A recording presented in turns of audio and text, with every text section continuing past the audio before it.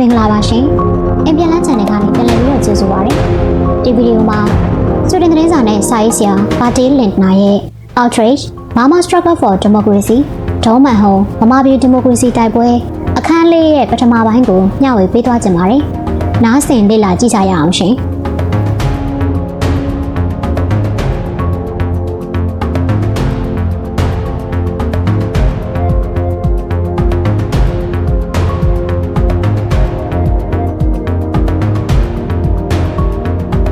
မြန်မာပြည်တွင်ဝါဆိုလပြည့်နေ့ထက်ပုံမမွန်မြတ်သောနေကြီးရက်ကြီးဟု၍မရှိချေထိုနေ့သည်ဂျွန်သို့မဟုတ်ဇွန်လအတွင်းကြာရောက်ပြီးဗုဒ္ဓဘာသာဝင်တို့သတင်းသီလစောင့်တည်သောဝါတွင်ကာလ၏အဥအစလည်းဖြစ်သည်ဤအချိန်သည်နိုင်ငံရှိထောင်သောမကသောဘုန်းတော်ကြီးများသူတို့၏ကျောင်းများတွင်သတင်းသုံးနေထိုင်ကြကစာပေပရိယတ်လေ့လာခြင်းကမ္မထမ်းကျင့်ကြံခြင်းတို့ပြုလုပ်သောအချိန်သမယလည်းဖြစ်ပေသည်ဗုဒ္ဓဘုရားရှင်ပရိသေတည်သောနေ့လောကစည်းစိမ်ကိုဆွန့်လွတ်ပြီးတောထွက်သောနေ့တပည့်ညုတရွှေဉဏ်တော်ကိုရရှိပြီးနောက်ပထမတရားတော်ဖြစ်သောဓမ္မစကြာပဝဒနာတုတ်တံဝါသစ္စာတရားစကြာစတင်လက်ပတ်ခြင်းကိုဟောကြားသောနေ့စသည်တို့သည်ယင်းနေ့တွင်တပြိုင်တည်းကြာရောက်၍ဗုဒ္ဓဘာသာဝင်တိုင်းအလေးမြတ်ထားကြကအထိမ့်မှတ်ပြုကြသောနေ့ဖြစ်သည်နနက်ပိုင်းတွင်ဘုန်းတော်ကြီးများအားဆွန့်ကပ်ခါဘာဆိုသင်္ကန်းများစက္ကပ်လူတန်းကြသည်ဘာသာရေးကိုင်းဆိုင်သောဗုဒ္ဓဘာသာဝင်များမှာဥပုသ်သီလစောင့်တည်ကြသည်မွန်လွယ်ပိုင်းတွင်လူတိုင်းလိုစေတီပထိုးများသို့စုဝေးရောက်ရှိလာကဖျောင်းတိုင်များထုံးညှိပူဇော်ခြင်းပန်းများစက္ကပ်လူတန်းခြင်းဗုဒ္ဓရုပ်ပွားတော်တို့အားအမွှေးနှံ့သောပတ်ဖြန်းခြင်းများပြုလုပ်ကြသည်ရန်ကုန်မြို့လယ်၏မြောက်ဘက်အဆက်တောင်ကုန်းပေါ်တွင်တည်ရှိနေသောရွှေတကုံစေတီတော်သည်ထောင်ပေါင်းများစွာသောပူဇော်ကိုးကွယ်သူတို့ကိုဆွဲဆောင်ရာဌာနဖြစ်ပြီးအမြဲတစေတန့်စင်တပ်ပယ်တည်ငြိမ်လျက်ရှိသည်1988ခုနှစ်တွင်မူထိုအခြေအနေမှာပြောင်းလဲလာခဲ့သည်တိတ်ဆိတ်တည်ငြိမ်စွာဖျားရှိခိုအာယုံပြုနေသူများအကြားတွင်အန္တရာယ်ဤရှေးပြေးတင်းမာမှုကပေါ်လွင်နေသည်မုန်တိုင်းမကြမီလေးတွဲပူအိုက်နေသောပုံစံမျိုးဖြစ်သည်ရုပ်ချီးပင်လူငယ်ချို့သည်စေတီအနီးရှိရေတိုင်ကြီးများပေါ်တက်ပြီးမိန်ကုန်းပြောကြားခြင်းအစိုးရဆန့်ကျင်ရေးကြွေးကြော်သံများဟစ်အော်ခြင်းတို့ကိုစတင်ပြုလုပ်ကြတော်သည်ဟောပြောသူ၄ယောက်အနက်တဦးမှာလုံခြည်စိမ်းဝတ်ထား၍အထက်တန်းကျောင်းသားမှန်သိရသည်ကျောင်းသားတွေပြည်သူတွေဟာအဖိနှိတ်ခံနေကြရတယ်ဟုလှုံ့ဆော်သူလူငယ်များကပြောဆိုကြသည်ဦးနေဝင်းနဲ့မဆလအစိုးရကိုဖြုတ်ချရေးအတွက်ပြည်သူတွေရဲ့ထောက်ခံမှုကိုကျွန်တော်တို့လိုနေတယ်။ဘေးကြီးပြိတ္တမှာစုဝေးလာကသဘောတူသည့်အနေဖြင့်ခေါင်းငိမ့်ကြသည်။အချို့ကလက်ခုပ်တီး၍ဩဘာပေးကြသည်။အချို့ကအော်ဟစ်အားပေးကြသည်။မြမပြည်အထက်ပိုင်းတောင်ကြီးနှင့်ပြည်မြို့တို့တွင်လည်းအထိကယုံများဖြစ်ပေါ်ခဲ့သည်။ယင်းအထိကယုံများမြို့ငယ်တစ်ခုဖြစ်သောမြေထဲမြို့သို့ပြန့်နှံ့ခဲ့ကထိုမြို့တွင်ပလိမ်များကအစိုးရအားစန့်ကျင်ဆန္ဒပြသူတချို့ကိုပြစ်တက်ခဲ့ပြီးညမထွက်ရအမိန့်ကိုထုတ်ပြန်ခဲ့သည်သို့သောရန်ကုန်မြို့တွင်ဂျွန်လဆန္ဒပြပွဲများပြီးသည့်အချိန်မှစ၍လှုပ်ရှားမှုများသည်ငုံရှိုးပျောက်ကွယ်နေသည်ယခုအခါနောက်တစ်ကြိမ်အတွက်အရှိန်ယူလျက်ရှိသည်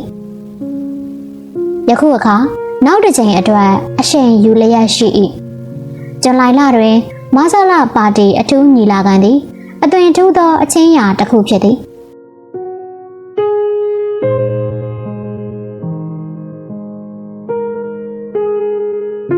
မိတို့ဖြစ်စေထိုညီလာခံသည်ပြည်သူများကိုကျုံသွင်းနိုင်ရန်အတွက်မုတ်တစ်ဖက်ဒုတ်တစ်ဖက်မီးစာတစ်ဖက်ရေမုတ်တစ်ဖက်ဖြစ်သောဦးနေဝင်း၏ပေါ်လစီကိုအခြေခံကျကျဖော်ပြခဲ့သည်စီးပွားရေးပြုပြင်ပြောင်းလဲမှုများကိုကတိပေးခဲ့သည်တစ်ချိန်တည်းမှာပင်ဦးစိန်လွင်ကိုသူ့အရာဖြင့်ခံထားခဲ့ပြီးပြည်သူများဆန္ဒပြလာလျင်မှန်အောင်ပြစ်တက်သည်ဟု၍ချင်းချောက်ခဲ့ပြန်သည်သို့သောစီးပွားရေးပြောင်းလဲမှုများမှာမမေရရအကောင့်ထဲဖော်မလာပဲဒုက္ခသာရရန်တဝဲဝဲဖြစ်နေပြီတော့သည်စိန်လွင်အားနိုင်ငံတော်သမ္မတအဖြစ်ခန့်အပ်သောအချိန်တွင်သူသည်မြန်မာပြည်၌လူမုန်းအများဆုံးပုဂ္ဂိုလ်ဟုယူဆနိုင်သည်သူကိုအဆိုးဆုံးသောရွာလူမိုက်ဟုသဘောထားကြပြီး မော်လမြိုင်အနီးရှိသူ၏ဇာတိကော့ကရင်ရွာမူလာတန်းကျောင်း၌နှစ်အနည်းငယ်သာစာသင်ခဲ့မှုဒီမှလွဲ၍လုံးဝပညာတတ်သူမဟုတ်ဟုဆိုရချေမည်သူသည် BDA တပ်သားအဖြစ်အသက်19နှစ်အရွယ်တွင်ဝင်ရောက်ခဲ့ပြီးဒုတိယကမ္ဘာစစ်အပြီး၌ဘိုးနေဝင်း၏ဗမာတနက်ကိုင်တပ်ရင်းလေးတွင်အရာခံဖို့ဖြစ်လာခဲ့သည်ကရင်တပုံခေါင်းဆောင်စောဘဦးကြီးအားတပ်ဖြတ်နိုင်ခဲ့သောတပ်စုတွင်ပါဝင်ခဲ့သောကြောင့်ဘိုးနေဝင်းလူယုံဖြစ်လာခဲ့၏ထို့ကြောင့်1962ခုနှစ်တွင်ရန်ကုန်တက္ကသိုလ်ကိုဝင်စီးပြီးကျောင်းသားများအားပြစ်ခတ်တပ်ဖြတ်ခဲ့သောတပ်ခွဲ၌ဘိုးနေဝင်းကသူ့အားတပ်မှုအဖြစ်တာဝန်ပေးခဲ့သည်1969-80ခုနှစ်ရှမ်းပြည်နယ်လာရှိုးမြို့၌ဦးစိန်လွင်ယူအားမှုအဖြစ်တာဝန်ကျစဉ်ကထိုဒေသရှိရှမ်းပြောက်ကြားများကိုရှင်းလင်းတိုက်ခတ်ရာတွင်ရက်ဆက်ကြမ်းကြုတ်သောတပ်မှုအဖြစ်နာမည်ကြီးခဲ့သည်1980-82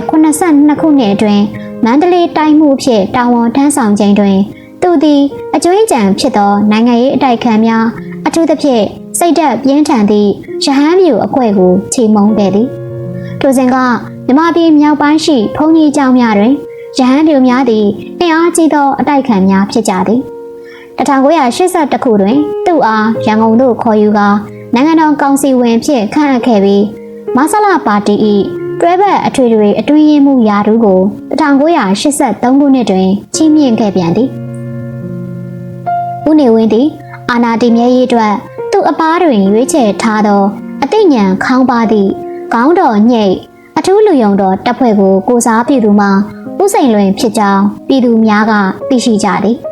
ဇူလိုင်လအရေးပေါ်ညီလာခံပြီးသည့်နောက်ဦးစိန်လွင်သည်သမရရာထူးနှင့်မဆလပါတီ၏ဥက္ကဋ္ဌရာထူးများကိုတပြိုင်တည်းရရှိလာခြင်းမှာတမျိုးတစ်ပုံသောအာဏာသိမ်းမှုကြောင့်ဖြစ်သည်ဟုသည့်အယူအဆကိုအကိန်းပါသောမြန်မာပြည်သူများကချက်ချင်းပင်ပယ်ချခဲ့ကြသည်။ဦးနေဝင်းသည်အာဏာကျိုးကင်မှုကိုလူသိရှင်ကြားစွန့်လွတ်ခဲ့ခြင်းမှာနောက်ွယ်မှကျိုးဆွဲပြီးရုပ်သေးစရာဖြစ်လာရန်အတွက်သာဖြစ်သည်ဟုသောတန်တရားဖြစ်နေမှုတို့ကိုဦးစိန်လွင်အားယာရူးပေးအပ်လိုက်ခြင်းအဖြစ်အတည်ပြုပေးလိုက်သည်ပြည်သူလူထု၏မကျေနပ်မှုတို့ကိုမုန်းတွင်းမှုအသွင်သို့ပြောင်းလဲခဲ့သည်ဒီလူဟာမြမပြည်ကိုမအုပ်ချုပ်ရဘူးဟုသောအတန်သည်ဇူလိုင်လကုန်နှင့်ဩဂုတ်လဆန်းတို့တွင်မြမပြည်တဝန်း၌ကြရက်ရိုက်လျက်ရှိသည်အများပြည်သူအော်နှလုံးနာမုန်းတီးသောလုံထိန်တို့၏စစ်ဦးစီးချုပ်ဖြစ်သည့်ဦးစိန်လွင်မှာမတ်လနှင့်ဇွန်လအရေးခင်းများကိုနှိမ်နင်းခဲ့သောသူ၏ကံတားကြောင့်တားသက်သမားဘွဲကိုရရှိခဲ့သည်သူထံမှတနာညာတာမှုကိုတော့၎င်းသူ့အနေနဲ့ပြည်သူတို့၏ခံစားချက်ကိုလိုလိုလားလားနားထောင်မှုကိုတော့၎င်းမည်သူကားမျှမျှော်လင့်မထားကြပေဇူလိုင်လ30ရက်ဘန်ကောက်စံတော်ချိန်12:28မိနစ်တွင်စရဝလန်းချန်အစ္စတာတာဝါရှိ AP သတင်းဌာနသို့ကျင်းနှန်းတို့တစ်ခုဝင်ရောက်လာသည်ဖေဖေကိုခေါ်သွားကြပြီသူဟာရှင်တို့သိကျင်တာတွေကိုပြောပြနိုင်မှာမဟုတ်တော့ဘူးဟူ၏ရွှေတကုံစီတီတော်ရင်ပြင်ပေါ်တွင်ဆန္ဒပြပွဲဖြစ်ခဲ့ပြီးနောက်နေ့ဇူလိုင်လ29ရက်နေ့ရှင်းလင်းရေးလုပ်ရာ၌ပလိမ်များကရန်ကုန်ရှိတရားစင်ခန့်သောအတိုက်ခံပုဂ္ဂိုလ်များကိုဖမ်းဆီးခဲ့ကြသည်AP သတင်းတောက်ဦးစိန်ဝင်းကိုဖမ်းဆီးပြီးနောက်တစ်နေ့တွင်သူ့သမီးကကျင်းနှံဖြင့်အကြောင်းကြားခဲ့ခြင်းဖြစ်သည်ထိုသတင်းတောက်ကိုဖမ်းဆီးခဲ့သည့်အပြင်ဦးအောင်ကြီးနှင့်တရားစင်ခန့်သောသူ၏လုပ်ဖို့ကင်ပတ်များကိုဖမ်းဆီးခဲ့ပြန်သည်၎င်းတို့ထဲတွင်ဦးအောင်ကြီး၏တူဖြစ်သူဇော်ဝင်းဦးလည်းပါသည်ဇော်ဝင်းဦးသည်ဦးအောင်ကြီး၏စာများရိုက်နှိပ်ဖြန့်ချီရေးအတွက်ကူညီဆောင်ရွက်ပေးခဲ့သူဖြစ်၏ထိုညတွင်ပင်ဖမ်းဆီးခံရပြီးအင်းစိန်ထောင်သို့အပို့ခံခဲ့ရသောအခြားတဦးမှာအငိမ့်စားဗိုလ်မှူးချုပ်ဦးအောင်ရွှေပင်ဖြစ်သည်သူသည်1962ခုနှစ်တွင်ဩစတြေးလျနိုင်ငံသို့မြန်မာတန်အမတ်ကြီးဖြင့်ခန့်အပ်ဆေလွတ်ခြင်းခံခဲ့ရသူဖြစ်သည်ထိုကာလ1961မှာနောက်နှစ်တွင်စစ်တပ်မှအာဏာသိမ်းရေးအစီအစဉ်များကိုချမှတ်နေသောကာလဖြစ်သည်၎င်းနှင့်အတူအဖမ်းခံရသောသူများမှာအငိမ့်စားရေတပ်အရာရှိဦးချစ်ကိုဗိုလ်မှူးကြီးဟောင်းဦးထွန်းရွှေနှင့်အိန္ဒိယပြည်ဆိုင်ရာမြန်မာတန်အမတ်ဟောင်းဦးဘရွှေတို့ဖြစ်ကြသည်တခြားအဖမ်းခံရသူနှစ်ဦးမှာတော်လှန်ရေးကောင်စီဝင်ဟောင်းအငိမ့်စားဗိုလ်မှူးကြီးများဖြစ်ကြသောဦး ကြည်မောင်နဲ့ဦးခင်ညိုတို့ဖြစ်သည်ကြံပုတ်ကိုများမှလည်းစစ်အရာရှိဟောင်းများဖြစ်ပြီးပွင့်လင်းသော liberal စီးပွားရေး policy များကိုထောက်ခံပြောကြားခဲ့သည့်အတွက်ကြောင့်1960ခုနှစ်များတွင်အဖြုတ်ခံခဲ့ရသူများဖြစ်ကြသည်ယခုအခါတွင်ဦးအောင်ကြည်သည်သူရေးခဲ့သောစာများနှင့်ဖန်အံမတမလေးလေးကိုခေါ်ယူခဲ့ခြင်းအတွက်ဦးစိန်လွင်နှင့်ဗိုလ်ချုပ်ကြီးစောမောင်တို့အားရှုတ်ချဝေဖန်မှုတို့၏တန်ရာတန်ဖိုးကိုပေးဆက်ရတော့သည်သို့သောဦးစိန်ဝင်းကိုဦးအောင်ကြီးနှင့်အတူဖမ်းဆီးခြင်းသတင်းမှာအံ့ဩစရာဖြစ်နေသည်သူကိုမြန်မာပြည်၏အကောင်းဆုံးသတင်းစာဆရာတဦးဖြစ်လူသိများပြီးတစ်ချိန်ကဂုံထေဝါသောဂါဒီယန်သတင်းစာ၏အက်ဒီတာလည်းဖြစ်သည်ထိုသတင်းစာကို1962ခုနှစ်တွင်စစ်တပ်မှအာဏာသိမ်းပြီးနောက်ပြည်သူပိုင်သိမ်းခဲ့သည်မြန်မာပြည်တွင်လွတ်လပ်သောဇာနယ်စင်းပေါ်ပေါက်ရေးကြိုးပမ်းမှုအတွက်အပြည်ပြည်ဆိုင်ရာသတင်းစာဆရာများအဖွဲ့ချုပ်မှသူ့အားလွတ်မြောက်ရေးရွှေကလောင်စုကိုချီးမြှင့်ပြီးနောက်2နှစ်အကြာ1965-68ခုနှစ်တွင်ဖမ်းဆီးခြင်းခံခဲ့ရသည်1968ခုနှစ်တွင်ထောင်မှလွတ်လာပြီးတစ်နှစ်အကြာ၌သူ့အားရန်ကုန်မြို့ဆိုင်ရာ AP သတင်းတောက်လုပ်ပိုင်ခွင့်ပေးခဲ့သည်အံ့ဩဖွယ်ကောင်းသည်မှာသူ၏လွတ်လပ်စွာသတင်းရေးသားပေးပို့မှုများကိုအစိုးရကတီးခံဝေမယူခြင်းပင်ဖြစ်သည်တနည်းအားဖြင့်သူသည်မြန်မာပြည်၏ဗစ်တာလူးစ်တပွဲနေရာယူထမ်းဆောင်ခဲ့သည်သူရှိနေခြင်းနှင့်သူ၏ရေးသားမှုများကိုအစိုးရကအရေးမယူခြင်းမှာမြန်မာပြည်သည်လဝက်ကြီးအုပ်အာဏာရှင်စနစ်ကိုကျင့်သုံးသည့်နိုင်ငံတစ်ခုဖြစ်သည်ဟုသောတွေးမြင်ချက်ကိုဒွိဟဖြစ်စေခဲ့သည်သို့ဖြစ်နိုင်ငံတကာဇက်ခုံပေါ်တွင်ရင်းဆိုရ၏ဂုဏ်သိက္ခာကိုမြင့်တင်ပေးရာရောက်ခဲ့သည်ယခုအခါတွင်ရင်းဂုဏ်သိက္ခာသည်လည်းချုပ်ငြိမ်းသွားခဲ့ပြီဦးစိန်လွင်သည်အတိုက်ခံဟူသည်များကိုအင်အားသုံးချိန်မုံရန်အတိတ်ထံချထားပုံရပြီးမလိုလားအပ်သောပုဂ္ဂိုလ်ဟူသည်များကိုရံမူလာတော့သည်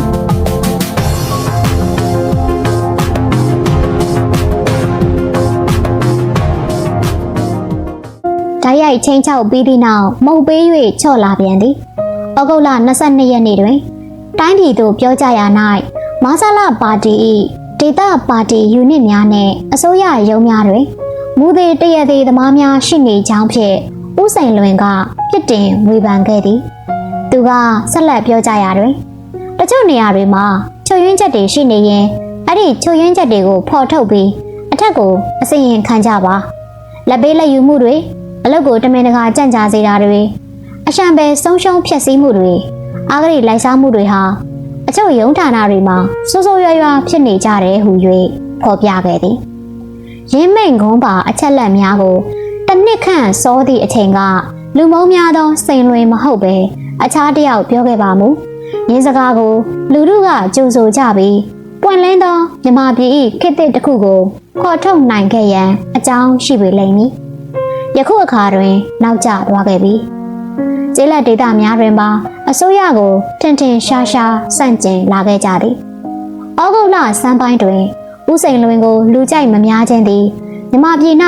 ပြဿနာများစွာဖြစ်ပေါ်စေလိမ့်မည်ဟုရန်ကုန်မှအနောက်နိုင်ငံတန်တမန်တဦးကသူ၏အစိုးရထံအစီရင်ခံခဲ့လေသည်ဂျွန်လအတွင်းကဆန္ဒပြသူများနှင့်လုံခြုံရေးတပ်ဖွဲ့ဝင်များထိတ်တိုက်ရင်ဆိုင်မှုများနောက်တွင်ကျောင်းသားခေါင်းဆောင်တချို့သည်ရန်ကုန်မြို့တွင်းနှင့်မြို့စွန်အလုသမားရက်ကွက်များဖြစ်သောတာအုပ်ကလာပါရှိဘုံကြီးကျောင်းများ၌ပုံအောင်ခဲ့ကြသည်ရန်ကုန်မြို့တွင်မြို့နယ်တိုင်းရက်ကွက်တိုင်း၌တိုင်ပင်မှုမရှိဘဲကိုယ့်အသည့်နှင့်ကိုလူထုကော်မတီများစတင်ဖွဲ့စည်းလာကြတော့သည်ဗုဒ္ဓဘာသာဘုန်းတော်ကြီးများသည်လမ်းများတွင်မတိမတာဇင်းညံလျှောက်ခါစစ်ကားများပလိတ်ဖွဲ့များကိုတင်းထောက်ပေးခြင်းအပြင်ရက်ကွက်တွင်ပြုလုပ်သောအစည်းအဝေးများကိုကူညီလာကြသည်တမနှစ်နှစ်၏ပထမတက်ခွဲတစ်ခုကိုမတ်လတွင်တမအခြေစိုက်ရာကရင်ပြည်နယ်ဖအံမြို့မှရန်ကုန်မြို့သို့ခေါ်ယူခဲ့သည်ထိုချိန်မှစ၍ရန်ကုန်မြို့၌အခြေစိုက်လာခဲ့သည်လက်ဖက်ရည်ဆိုင်များမှလည်းထုံးစံအတိုင်းစီးဝေးတိုင်ပင်ရာဌာနနှင့်အစိုးရစန့်ကျင်ရေးလှုပ်ရှားမှုများပြုလုပ်ရာဌာနဖြစ်နေပြီတော့သည်ညမထွက်ရအမိန့်အောက်မှစီးပွားရေးဒုက္ခများနှင့်မတ်လနှင့်ဇွန်လကဖြစ်ပွားခဲ့သောရက်ဆက်ကြမ်းကြုတ်မှုတို့ကြောင့်မကျေနပ်မှုများနိုင်ငံနှင့်အဝှမ်းပေါ်ပေါက်နေချိန်တွင်အသွင်မတူဇယိုက်ကွာသောလူနှစ်ဦးသည်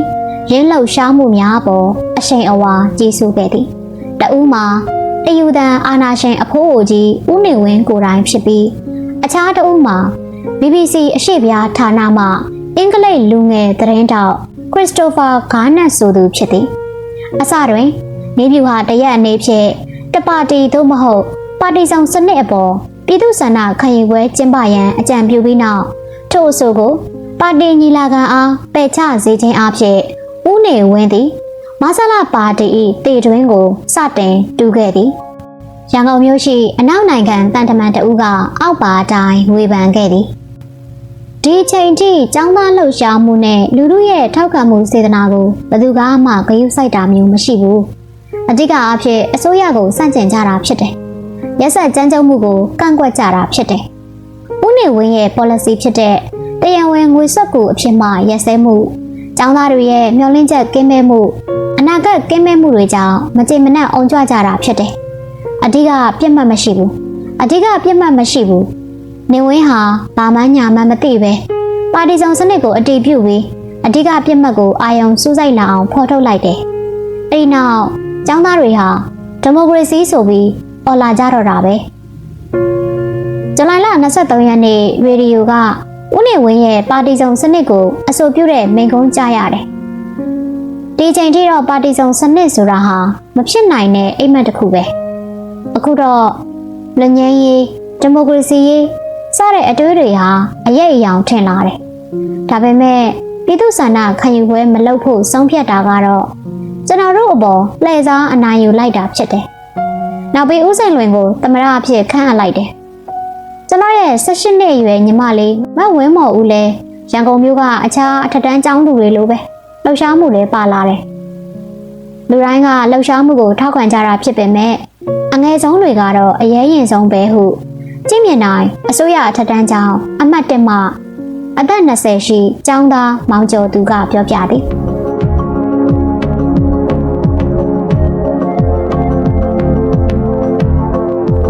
မဆလာပါတီအရေးပေါ်ညီလာခံမစမီဇူလိုင်လ22ရက်နေ့တွင်လေပတ်ခွင့်ဗီဇာဖြင့်ခရစ္စတိုဖာဂါနတ်ရန်ကုန်သို့ရောက်လာခဲ့သည်သူသည် BBC အရှိပြားဌာနမှအရေးပေါ်ညီလာခံကိုစောင့်ကြည့်သတင်းပို့ရန်စေလွှတ်ချက်ဖြင့်ရောက်လာခဲ့သည်ရန်ကုန်မြို့နဘေးရှိခေဟောင်းကိုလိုတီအဆောက်အုံဖြစ်သော Strand Hotel တွင်အခြေစိုက်က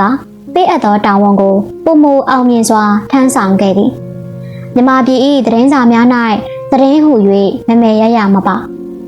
ယုံကြည်စိတ်ချမှုလည်းမပြုနိုင်ပြည်ပဇာနယ်စည်းများမှထုတ်ဝေသောစာဆောင်များကိုလည်းရရှိရန်မဖြစ်နိုင်ပေမြန်မာပြည်သူလူထုအနေဖြင့်နိုင်ငံခြားအတန်လွှင့်ဌာနများကိုအားထားကြရသည်အထူးသဖြင့် BBC မြန်မာပိုင်းအစီအစဉ်ကိုနားထောင်ကြသည် VOA အမေရိကန်အတန်နှင့် AIR All India Radio ကိုလည်းနားထောင်ကြသည်သို့သောခရစ္စတိုဖာဂါနတ်ရန်ကုန်သို့ရောက်လာသောအချိန်ထိ BBC မြန်မာပိုင်းအစီအစဉ်သည်ကြီးတိမ်နိုင်ငံသတင်းနှင့်မြန်မာသတင်းတို့ကိုရောထွေးအတန်လွှင့်ခဲ့ပြီးဝိဝါဒဖြစ်စရာသတင်းများကိုရှောင်ရှားခဲ့သည်သတင်းဖတ်သူများမှာမြန်မာနိုင်ငံသားများဖြစ်ကြပြီး၎င်းတို့မိသားစုများမြန်မာပြည်တွင်ရှိနေကြသောကြောင့်ဖြစ်သည်ထိုအစဉ်လာကိုခရစ္စတိုဖာဂါနတ်ကလုံးဝပြောင်းလဲကာ BBC မြန်မာပိုင်းအစီအစဉ်ကိုလူကြိုက်များစေခဲ့သည်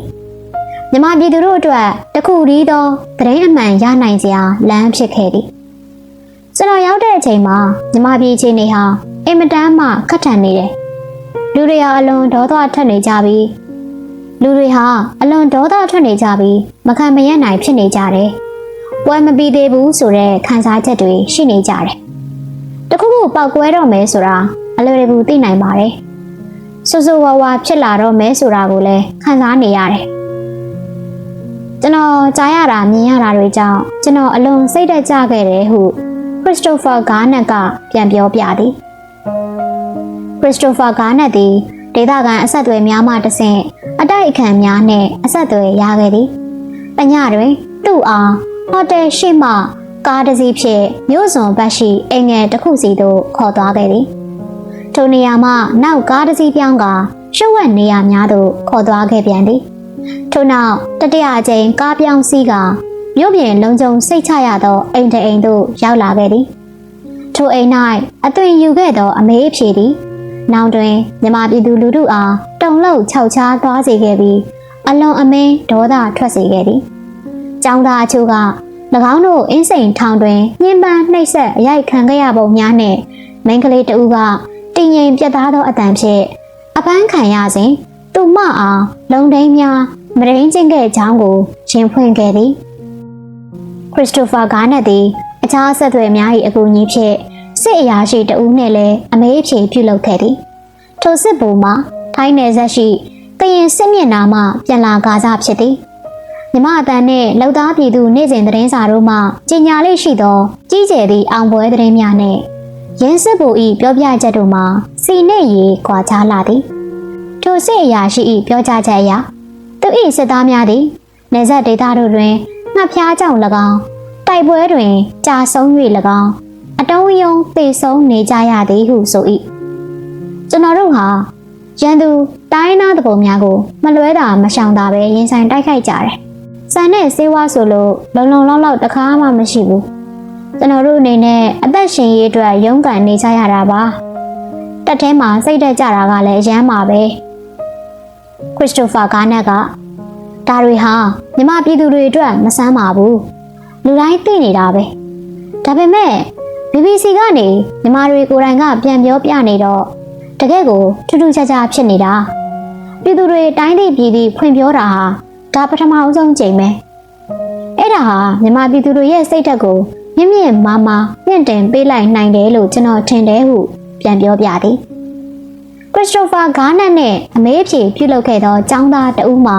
ကွက်ကြော်မြင်တတ်ပြီး၎င်းတို့၏ចောင်းသားလှုပ်ရှားမှုကြီးကနေကြီးရက်ကြီးဖြစ်သောဩဂုတ်လ10ရက်8ရက်8လ88နေ့တွင်တပြည်လုံးအထွေထွေသပိတ်မှောက်ကြရန်စီစဉ်တိုက်တွန်းထားကြောင်းလဲကြေညာခဲ့သည်လူကြိုက်များသည့်လစဉ်ထုတ် Cherry မဂ္ဂဇင်းတွင်ကာတွန်းဆရာတဦးရေးဆွဲထားသည့်လွတ်မြောက်ရေးမိခင် Liberty ရုပ်ထုကရှစ်လေးတန်ခွင်းဆက်ထားသောတန်ကြိုးကိုဖြတ်တောက်နေသောပုံအားဖော်ပြခဲ့သည်ထိုသတင်းမှာလေလိုင်းမှတဆင့်နိုင်ငံအဝန်းပြန့်နှံ့ခဲ့ပြီဖြစ်ရာဝမ်ပန်းတတာဩဘာတန်တို့ဖြင့်မြူးမြူးကြွကြွဖြစ်နေကြလေတော့သည်အစိုးရကိုစန့်ကျင်ပုံကန်ကြစို့